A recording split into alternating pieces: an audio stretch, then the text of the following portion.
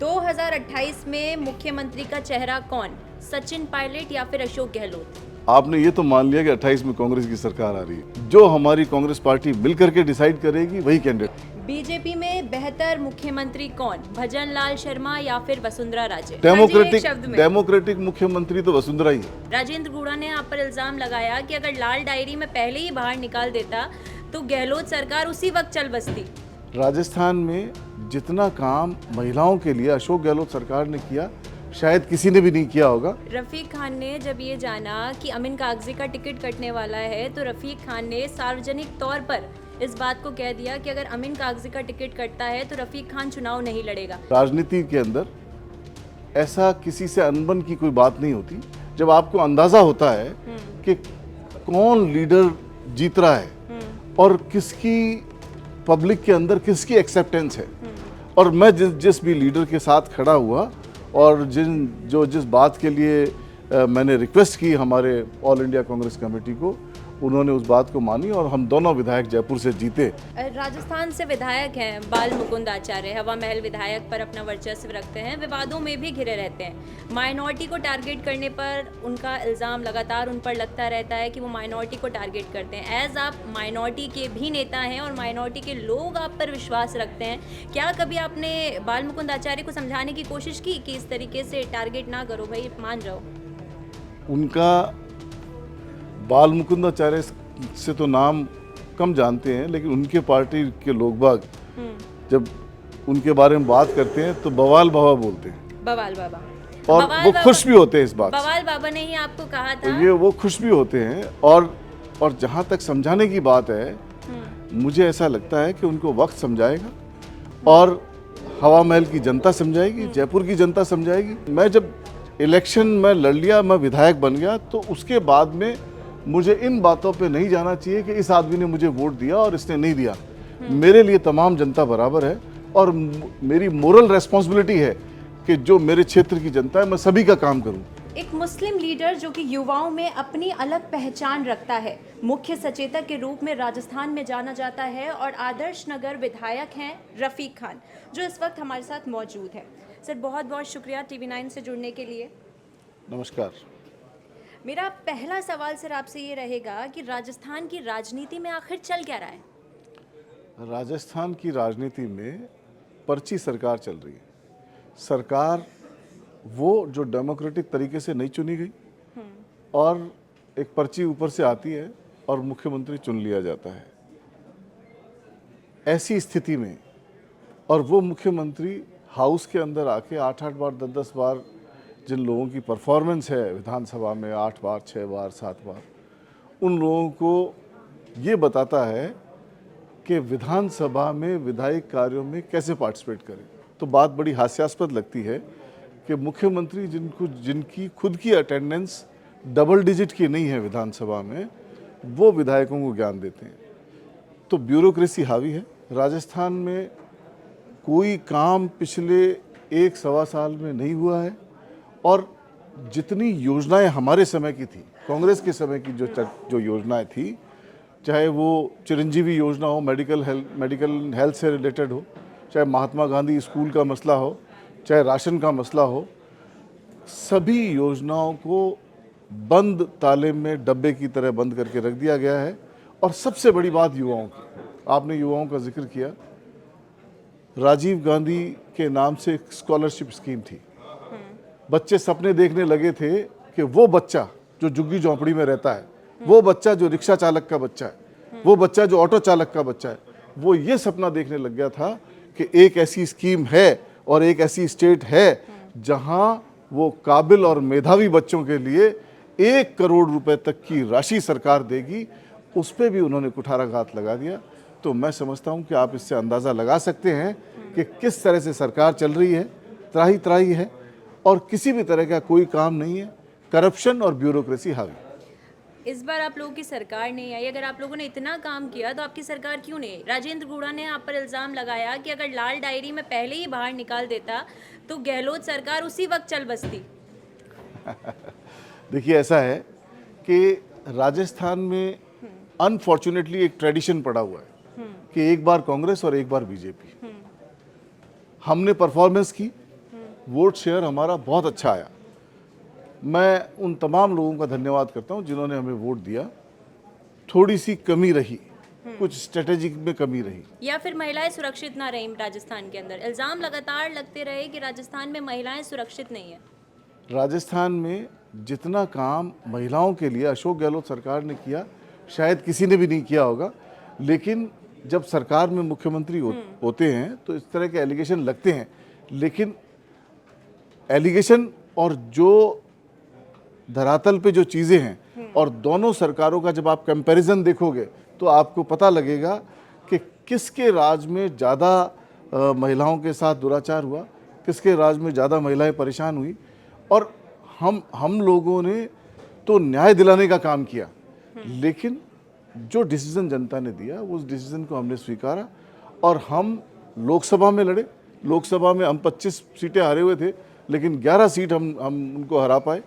तो मुझे ऐसी उम्मीद है कि अब हम आज की तारीख में अगर इलेक्शन होता है तो बीजेपी की 50 सीट भी नहीं आती है।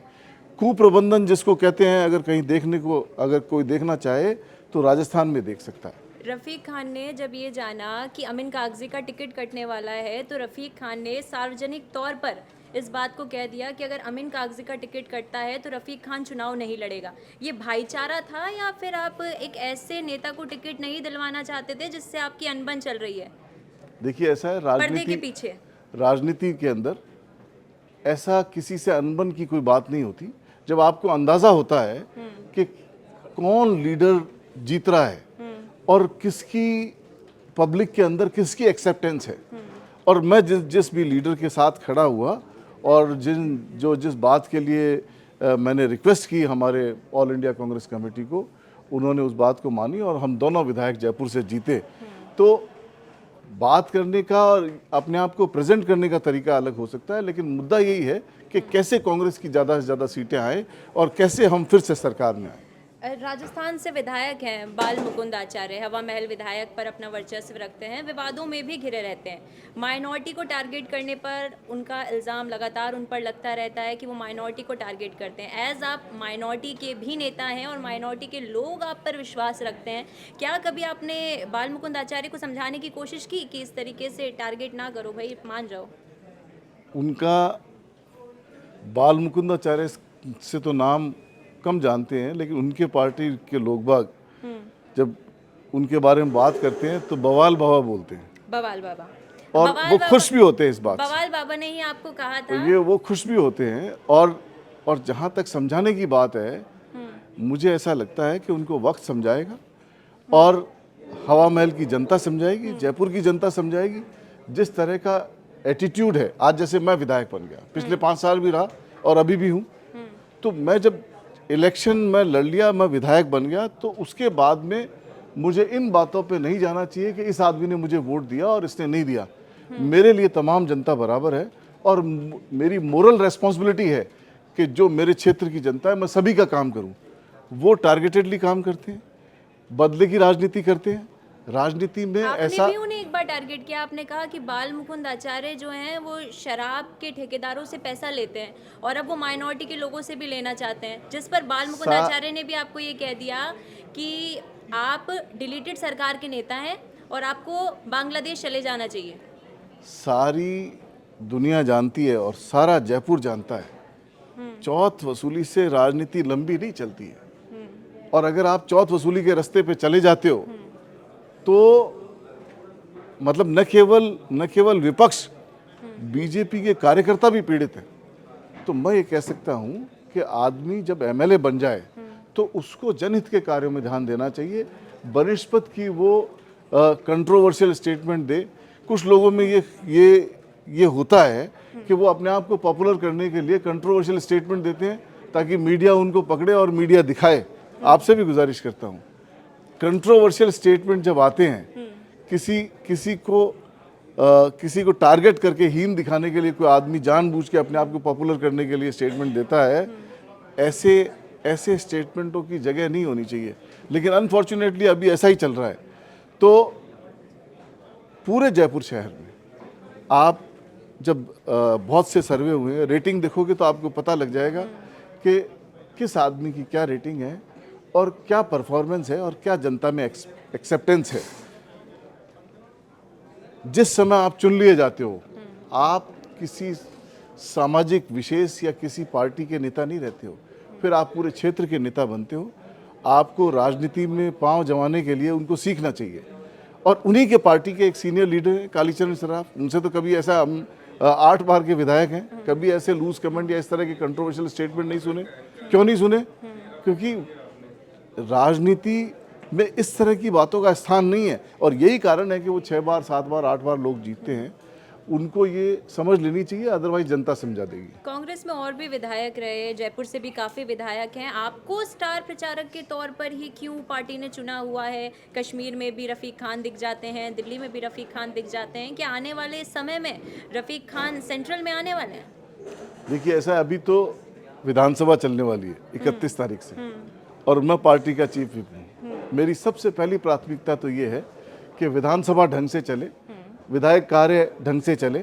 जनता ने जो हमें मैंडेट दिया है, जो रोल दिया है विपक्ष के रूप में, हम विपक्ष के रूप में अपनी सक्रिय भूमिका निभाएं, जनता के मुद्दे उठाएं। विपक्ष हमारा जो कॉन्स्टिट्यूशन है और जिस तरह से हमारे प्रेसिडेंसेस हैं, यहाँ पक्ष और विपक्ष दोनों का स्थान है। विपक्ष में जो हमें स्थान दिया गया है, उसमें हम अपनी भूमिका पूरी निभाएं और जनता के एक्सपेक्टेशन पे हम खरे उतरने की कोशिश करें। उन मुद्दों की बात करें जो जनता से जुड़े हुए मुद्दे हैं। एक बहुत बड़ा मुद्दा है, मैं आपसे कहूँगा, गुजारिश करूँगा कि आप इसको चलाओ। जयपुर शहर की बात अपन कर रहे हैं, राशन है, 9 लाख राशन कार्ड है, 1,44,000 आदमियों को राशन मिलता है, बाकी लोगों को नहीं मिलता है। और जो खाद्य सुरक्षा के अंदर कवर्ड रेशो है, वो रेशो होना चाहिए 50% से ऊपर, ये रेशो नहीं है, 16% भी। ये अभी तो हुआ है आपकी सरकार से होता चला आ रहा था? ये हमारी सरकार के समय भी था, और हम मांग कर करके थक गए केंद्र से कि पोर्टल खोलो, पोर्टल खोलो। फिर जब उन्होंने पोर्टल नहीं खोला तो हमने 50 लाख लोगों को, जो इनका रेशो है उसके बियॉन्ड जाकर के राजस्थान सरकार ने अपनी जेब से पैसा दे करके उनको राशन दिया। सरकार ने बहुत अच्छा किया, उसके बाद भी राजस्थान में सरकार नहीं और आ पाई। और अब हम इसको एक स्ट्रॉन्ग, अब इनकी दोनों जगह इनकी सरकारें हैं, अब क्या प्रॉब्लम है? डबल इंजन की बात करते हैं। डबल इंजन की बात करने से काम नहीं होता। राजस्थान करे क्या? डबल इंजन की बात कर रहे थे ये, लेकिन इंजन का एक हिस्सा तो चंद्रबाबू नायडू ले उड़ा और एक नीतीश कुमार ले उड़े, नकेल डाल के ले गए बजट को। राजस्थान के हिस्से में बजट नहीं दिया। जनता त्राही त्राही कर रही है। जहाँ से इनको 14 सांसद मिले हैं, इनकी रेस्पॉन्सिबिलिटी है कि खाद्य सुरक्षा जैसे संवेदनशील मामले में इनको राशन प्रोवाइड करना चाहिए। बहुत से इशू हैं, खाद्य सुरक्षा का इशू है। हमारे यहाँ हमने 100 यूनिट बिजली दी, हमने 100 यूनिट बिजली फ्री दी। जो लोग रह गए, जिनको मिल रही है, वो तो ये बात मान लो कि कांग्रेस ने दी है, लेकिन जो बच गए, रजिस्ट्रेशन नहीं करा पाए या टाइम से फॉर्म नहीं सबमिट कर पाए, उनको क्यों नहीं दे रही सरकार? हमने तो पूरे राजस्थान को दे दी। तो बहुत सारे मुद्दे हैं। इस विधानसभा के अंदर हम जनता से जुड़े हुए मुद्दे उठाएंगे और जनता के लिए वहाँ सवाल जवाब करेंगे। अगर नहीं मानेंगे तो चाहे विधानसभा का घेराव करना पड़े, चाहे मंत्रियों का घेराव करना पड़े, चाहे मुख्यमंत्री का घेराव करना पड़े, हम जनता के हितों को विधानसभा में जमकर उठाएंगे और मनवाने की कोशिश करेंगे। चलिए सर, छोटा सा रैपिड फायर राउंड कर देते हैं, एक ही शब्द में आप जवाब दे दीजिएगा। 2028 में मुख्यमंत्री का चेहरा कौन? सचिन पायलट या फिर अशोक गहलोत?